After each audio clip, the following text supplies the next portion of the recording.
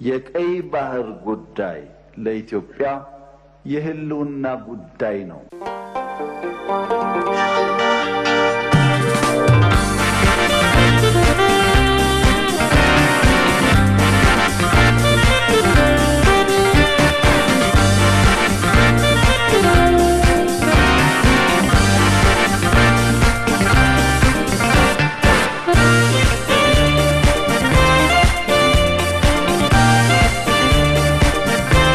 የሩሲያ ልቦለዶችና ሌሎች ታሪኮች ከሚለው በመኩሪያ መካሻ ከተጻፈው ማስታወሻ የተወሰደ።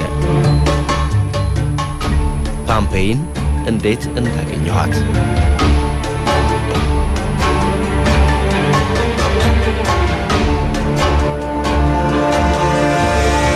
መጋቢት 2 ቀን ጠዋት ሮማን ቀዝቃዛው አየር ሰቅሶ ይዟታል። ከተለያዩ ሀገራት የተወጣጣን ተማሪዎች ቋጠሮ ምሳችንን ተቀብለን ለጉዞ ተዘጋጅተናል።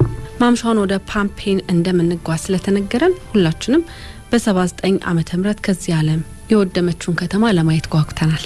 ከዚህ ቀደም አካባቢውን ለመጎብኘት የታደሉት ጣሊያናውያን ስለ ፖምፔይን ያውጉናል። አየሩ ቀዝቃዛ ቢሆንም ሁካታው ግን በአካባቢው ሙቀቱን ረጭቷል። ጣሊያን ከገባው በኋላ የተቀራረብነው ሱጂናዊቷ ሳና ካጠገቤ ሆና ፖምፔይን ለመጎብኘት መታደሏን በደስታ ስሜት ትናገራለች። እነዚያ የብር ጉልላት የመሰሉ ሰማያዊ አይኖቿ ማራኪ ናቸው። ከፈረንጅ ሀገር አይንና ረጃጅም ቅልጥሞቻቸው ይማርኩኛል። እሷ እንደዚያ ባትሆንም አይናማ ናት። ሳና አንድ ቃል በተናገረች ቁጥር እነዚያ አይኖች በተከታታይ ብርሃናቸውን ይረጫሉ። ሙትት ያለ አንጀቷ ዘለግ ካለው ቁመቷ ጋር ተዳምሮ ጥበበኛ ወይዘሮ ለፈትል የያዘቻት እንዝርት ትመስላለች። ሳቂታና ተጫዋች ናት። ድንጋይ ታናግራለች። ካልፈለገች ደግሞ ዝግት ያደርጋታል። ያኔ ታዲያ ላናግራት ብዬ ነገር እለኩሳለሁ። ሁሉም ስዊድናዊ ባህሪያቸውን እንዳንቺ ነው አልኳት፣ ትኩስ ፈገግታዋን በቀዝቃዛው አየር መሃል እየለቀቀች። አዎ ስዊድናውያን አንዳንዴ የራሳቸው ብቸኛ ስፍራ ይፈልጋሉ አለች። ከዚያ ዕለት ጀምሮ ስሜቷ ይገባኛል። ዝግት ያደረጋት ዕለት በራሷ ብቸኛ ስፍራ እንደቆመች አውቃለሁ። እንደ ንፋስ ነፃ ሆና ብቻዋን ስሜቷን እንድታኘክ ተዋታለሁ። ከዚያ የብቸኝነት ድባብ ስትወጣ ደግሞ ቀርባታለሁ። ትልቅ ትንሹን እያነሳና እየጣለን እናወጋለን፣ እንተያያለን። በሰማያዊ አይኖቿ ትኩር ብላ ታየኛለች። እኔም አጸፋ ተኩስ አካሄዳለሁ። አይናችን ሲቦዝ ሁለታችንም ከንፈሮቻችንን እናላቀቃለን። አይኖቻችን፣ ግንባሮቻችን፣ ጉንጮቻችን፣ መላው አካላችን ይስቃል። እንሳሳቃለን። በአየር ውስጥ ካ የሚል ድምጽ ወደ ሮማ ጎዳናዎች ይነግዳሉ። ይህን ውካታ ስትሰማ ሊዲያ ሮጣ ተቀላቀለችን። ሊዲያ እኔ ሮማ ከደረስኩ ጀምሮ እጅግ ከምትቀርበኝ ጣሊያኖች ውስጥ ዋነኛ ናት። ጣሊያንኛ በሚገባ እንድናገር የማታደርገው ነገር የለም። እኔም ወንዝ ለመሻገር ያህል የሚሆን ኪችን ኢታሊያን ስለምችል እንደ ህፃን ልጅ ስታበረታታኝ ጊዜዋን ሰውታለች። ህፃን የማጫወት ያህል ሳያረካት አይቀርም። ሌላው በጨዋታችን መሃል የተቀላቀለን ዲያንጊ ነው። ሮቶ በርሜል ያክላል። ዲያንጊን ሚስተር ካቤላ ብዬ ጠራዋለሁ። አንጎላዊው ዲያንጊ ያደገው ኮንጎ ውስጥ ሲሆን ፍጹም ካቢላን ይመስላል። ምን ይታወቃል? መሬት ይቅለላቸውና ካቢላ ወስልታውስ ቢሆን በአንድ ክፍል ውስጥ ነው የምንኖረው። እሱም ታዲያ በተራው ፖል ካጋሚ ይለኛል። ከሁሉ ነገር ዲያንጊን የሚያረካው ስለ አሜሪካ ባገኘው አጋጣሚና ቀዳዳ ማውሳቱ ነው። ታዲያ ይህን አመሉን ጣሊያኖቹ የወደዱለት አይመስለኝም። ኋላም ላይ አንዳንድ የስም ላጲስ ጣሊያናውያን ሚስተር ቡሽ የሚል ስያሜ እንደሰጡት አስታውሳለሁ።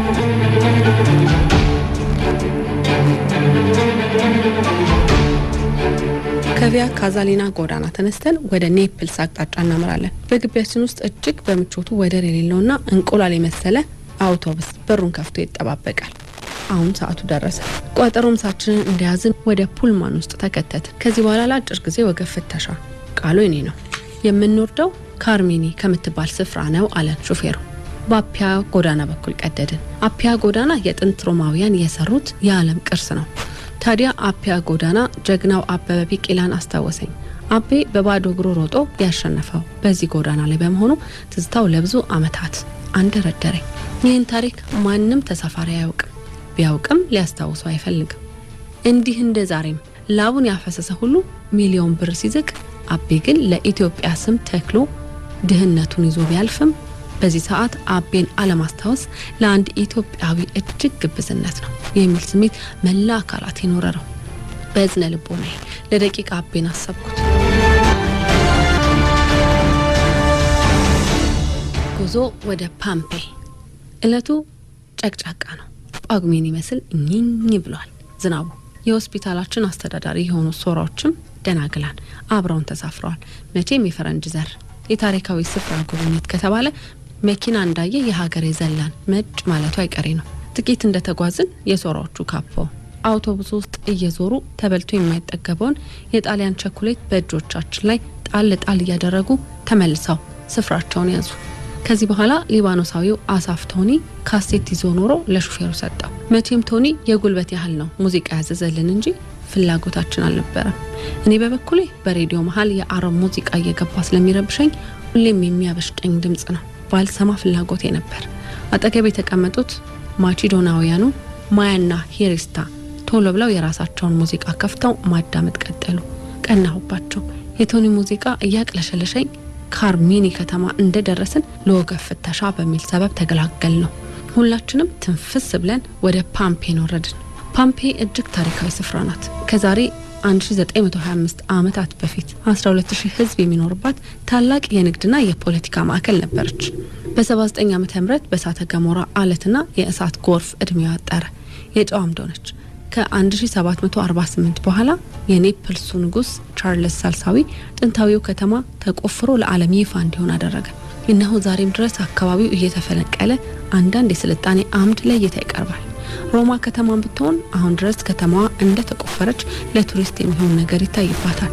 በነገራችን ላይ አስጎብኛችን ሉዊጂ ጥላውንና የዝናብ ልብሱን በእጁ አንጠልጥሎ እንደነገረን ከሆነ በየዓመቱ 2 ሚሊዮን ቱሪስት ስፍራውን ይጎበኛዋል። እኔም ዘንድሮ ይህ የቁጥር ጣሪያ እንዲደፈን እያረኩ ይመስለኛል። የፓምፔ የገበያ ስፍራ፣ አምፊቲያትር፣ የህዝብ መታጠቢያ ቤቶች፣ መዝናኛ ማዕከሎች፣ ፓርኮችና ቡና ቤቶች የነበሯት ዘመናዊ ከተማ እንደነበረች ተረዳን። አስጎብኛችን ሉዊጂ ተከተሉኝ፣ አንድ ያኔውን ዘመናዊ ዲኮር ባር ላሳያችሁ ሲለን ሁላችንም ፈገግታ እየረጨን ግር ብለን ተከተል ነው። ግድግዳውን ተመልከቱ አለ። እውነቱን ነው። ግድግዳዎቹ፣ መኝታ ክፍሎቹ፣ አልቤርጎቹ በራሮታዊ ስዕሎች ደምቀዋል። በአግራሞት ከክፍል ክፍል እየገባን ተመለከትን። ባለ አንድ ፎቅ ሆኖ ከታችም ከላይም በ5 ክፍሎች ተከፋፍሏል። ከጎብኚው ስፍራ የህዝብ መታጠቢያ የሚለው ቀልቤን ስቦታል። በእኛ ሀገር የነን ያህል ዘመን ከፓምፔን መውደም በኋላ እየኖርንም የረባ መታጠቢያና መጸዳጃ ቤቶች በከተሞቻችን ውስጥ አለመኖር እንዴት ያስቆጫል፣ እንዴት ያሳፍራል።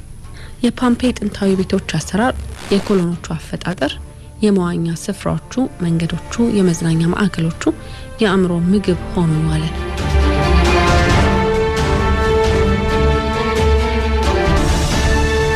ቋጠሯችንን ልንፈታ ወደ ፑልማኑ እየተጣደፍን ከተትን። የቅድሙ አሰልቺ ሙዚቃ የለም። ግንበኛ ይመስል ቋጠሯችንን ፈተን የቀዘቀዘውን የሳንድዊች ምግብ በሁለት እጆቻችን የቻልነውን ያህል ጠረገድ ነው።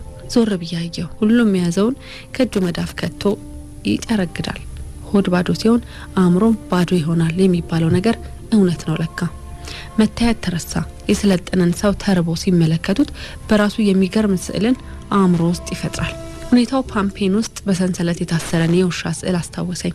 እንዲህ ይነበባል በላቲንኛ፣ ከውሻ ተጠንቀቁ።